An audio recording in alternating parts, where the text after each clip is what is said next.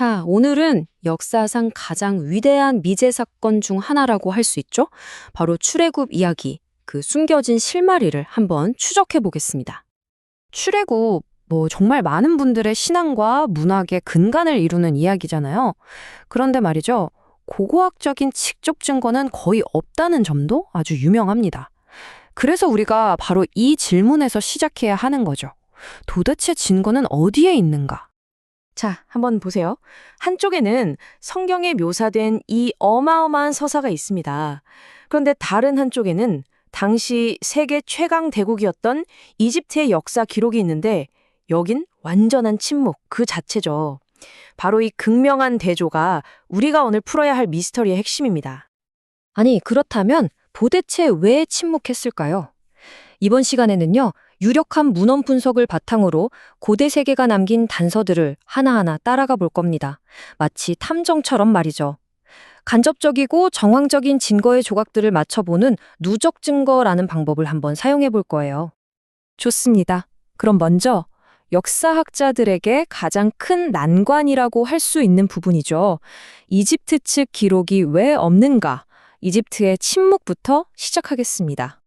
우리가 흔히 생각하기 쉬운 오해가 있어요. 이집트가 왜 굴욕적인 패배를 기록하지 않았을까 하고 생각하는 것 자체가 사실 그들의 기록이 어떤 목적을 가졌는지 근본적으로 오해한 겁니다. 보세요. 이집트의 왕실 기록이라는 건 객관적인 역사가 아니었어요. 그건 파라오의 신성한 힘, 무적의 위상을 과시하고 우주의 질서를 유지하기 위해 설계된 말 그대로 이데올로기적인 선전 도구였던 거죠. 자, 그래서 이런 말이 나오는 겁니다. 출애굽에 대한 이집트 문헌의 침묵은 사건 부재의 증거가 아니라 오히려 예상된 결과이다. 이게 무슨 뜻이겠어요? 고대 이집트 입장에서 보면 외국의 노예 신에게 패배했다는 걸 기록하는 건 상상조차 할 수 없는 일이라는 거죠. 이건 체제를 그냥 뒤흔드는 아주 위험한 선전불이었을 때니까요. 좋습니다. 패배를 인정하는 기록을 찾을 수는 없다고 칩시다. 그렇다면 우리는 어디서 첫 번째 단서를 찾아야 할까요? 이제는 좀 더 명백한 물적 증거, 바로 돌에 새겨진 이름으로 넘어가 보죠. 네, 바로 이겁니다. 이번 역사 수사의 결정적 증거라고 할 수 있는 메르넵타 석비. 성경 밖에서 이스라엘이라는 이름이 구체적으로 언급된 최초의 고고학적 발견입니다. 정말 중요하겠죠? 그리고 그 연대는 기원전 약 1208년. 이 숫자가 왜 중요하냐면 우리에게 아주 확실한 역사적인 기준점을 제공하기 때문입니다. 적어도 이 시기에는 이스라엘이라는 집단이 가나안 땅에서 이미 알려진 존재였다. 바로 이 뜻이니까요. 석비에는 이렇게 쓰여 있습니다. 가나안은 온갖 재앙과 함께 약탈당했다. 이스라엘은 황폐화되었고 그의 씨가 남아있지 않다. 물론 이건 파라오의 승전보죠. 하지만 진짜 중요한 건 이 내용이 아니라 이집트인들이 이스라엘을 어떻게 지칭했는지 그 방식에 있습니다. 자, 여기서 정말 흥미로운 언어학적인 디테일이 나옵니다. 이집트 서기관들이 아스글론이나 게제르 같은 다른 가나안 도시들을 쓸 때는 도시국가, 즉 고정된 영토를 나타내는 상형 문자를 썼어요. 그런데요, 유독 이스라엘이라는 이름 뒤에만 다른 상형 문자, 한정사라는 걸 붙였습니다. 이게 뭘 의미하냐면 이스라엘은 도시나 영토가 아니라 중앙국가가 없는 하나의 민족 집단이라는 뜻입니다. 이거요, 판관기 시대, 즉 왕이 없던 시절에 이스라엘에 대한 성경의 묘사와 정확하게 들어맞는 부분입니다. 소름 돋지 않나요? 좋아요. 그럼 기원전 1208년경 가나안에 이스라엘이 있었다는 건 확인했습니다. 그렇다면 그들이 들어간 세상은 어떤 모습이었을까요? 이제부터는 당시 혼돈의 가나안으로 한번 들어가 보겠습니다.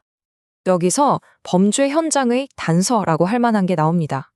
바로 아마르나 문서, 기원전 1350년경의 문서들인데요. 이게 뭐냐면 가나안의 왕들이 자기들 주군인 이집트 파라오한테 보낸 외교서신 뭉치예요. 이스라엘의 역사에 딱 등장하기 바로 직전 이 지역이 얼마나 정신없었는지 생생하게 보여주는 그야말로 보물창고 같은 자료죠. 그리고 이 문서들에서 하비루라는 용어가 등장하는데 여기서 흔한 오해 하나를 바로잡고 넘어가야 합니다. 이 하비루가 히브리인, 즉 이스라엘 민족을 뜻하는 건 아니에요. 이건 그냥 사회학적인 용어로 당시 가나안 땅에서 혼란을 일으키던 이탈자나 약탈자, 용병 같은 여러 집단을 가리키는 말이었습니다. 하지만 중요한 건 이거죠. 그들의 존재 자체가 당시 가나안이 통일된 제국이 아니라 아주 불안정하고 분열된 도시국가들의 집합체였다는 걸 증명한다는 겁니다. 어때요? 새로운 민족이 들어와서 정착하기에 딱 좋은 환경 아니었을까요? 자, 또 다른 증거를 볼까요? 고대 도시 우가릿에서 발견된 문서들을 보면요. 당시 가나안 종교의 중심이 최고신 엘과 폭풍의 신 바알이었다는 걸 알 수 있습니다. 특히 바알은 구름을 타는 자로 불렸죠. 그런데 성경을 보면 아주 재밌는 현상이 나타나요. 성경 저자들이 바알의 별명이나 능력, 예를 들면 구름을 타는 것이나 바다를 이기는 것 같은 것들을 싹 가져다가 오직 야훼에게만 붙여줍니다. 이걸 신학적 논박이라고 하는데 이건 성경 저자들이 가나안 종교를 아주 잘 알았고 그에 대해 직접적으로 반박하고 있었다는 강력한 증거가 됩니다. 그러니까 성경이 아주 나중에 쓰인 소설이 아니라 바로 그 시대의 상황에 대한 동시대적인 응답이었을 가능성이 커지는 거죠. 자, 정리를 해보면 가나안의 시대적 배경이 이야기와 정말 잘 들어맞는다는 겁니다. 하지만 근본적인 질문이 남죠. 이 이스라엘이라는 민족은 대체 어디서 온 걸까요? 그 기원을 추적하기 위해서 이제 시간을 더 거슬러 올라가 보겠습니다. 이번엔 무대를 메소포타미아로 옮겨보죠. 기원전 15세기경의 누지 문서입니다. 이건 수천 점에 달하는 법률 및 사회 문서들인데요. 이게 창세기에 나오는 족장들의 이야기에 정말 놀라운 빛을 비춰줍니다. 예를 들어 볼게요. 성경 창세기 16장을 보면 아이를 낳지 못하던 사라가 자신의 여종 하갈을 남편 아브라함에게 주잖아요. 오늘날 우리가 보기엔 좀 이상하게 들릴 수 있죠. 그런데 놀랍게도 바로 이 누지문서의 법률 조항에 따르면 당시에 아이가 없는 아내가 상속자를 확보하기 위해서 남편에게 대리모, 즉 여종을 제공하는 것이 법적인 의무였다고 합니다. 보세요. 성경 속 수수께끼 같던 이야기가 당시의 보편적인 관습과 딱 맞아떨어지는 거죠. 이런 유사점은 이뿐만이 아닙니다. 아브라함이 하인 엘리에셀을 상속자로 입양하려 했던 거나 아내가 누이 계약을 통해 지위를 높이는 관습, 심지어 상속의 증거물로 쓰였던 가정신상 드라빔 이야기까지 전부 다 기원전 2000년대의 관습들과 놀랍도록 일치합니다.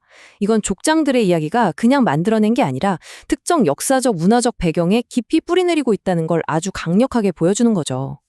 자, 이제 거의 다 왔습니다. 우리 수사의 마지막 단계는 단 하나의 증거를 찾는 게 아니에요. 지금까지 우리가 살펴본 모든 단서들이 어떻게 하나의 커다란 그림으로 맞춰지는지 확인하는 겁니다.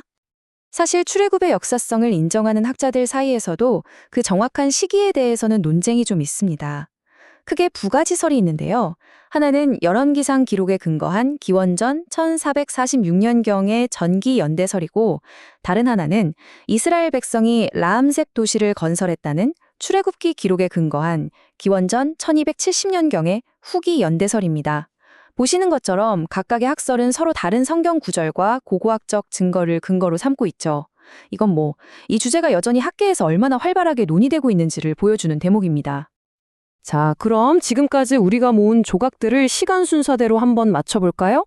먼저 기원전 1500년대 족장 시대로 갑니다. 메소포타미아의 누지 문서가 당시 사회 관습이 성경과 일치한다는 걸 보여줬죠?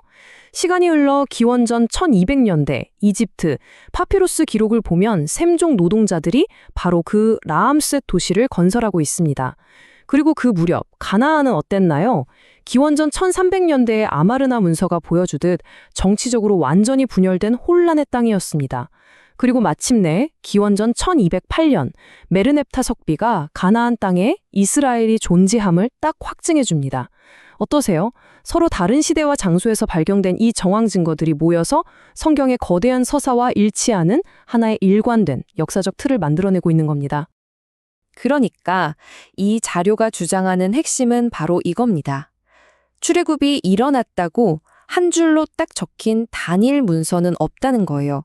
그런 건 찾을 수 없습니다. 대신에 우리가 발견한 건 뭐냐? 수많은 증거의 조각들이 모여서 바로 그 이야기가 쏙 들어맞는 완벽한 크기의 역사적 틀을 형성하고 있다는 거죠. 그래서 마지막으로 여러분께 이 질문을 남기고 싶습니다. 이 모든 것이 과연 잃어버린 역사의 틀일까요? 아니면 그저 놀라운 우연의 일치가 만들어낸 거대한 테피스트리일까요? 이 증거들이 보여주는 팽팽한 긴장감에 대해 한 번쯤 생각해 보시면서 더 깊이 탐구해 볼 계기가 되기를 바랍니다.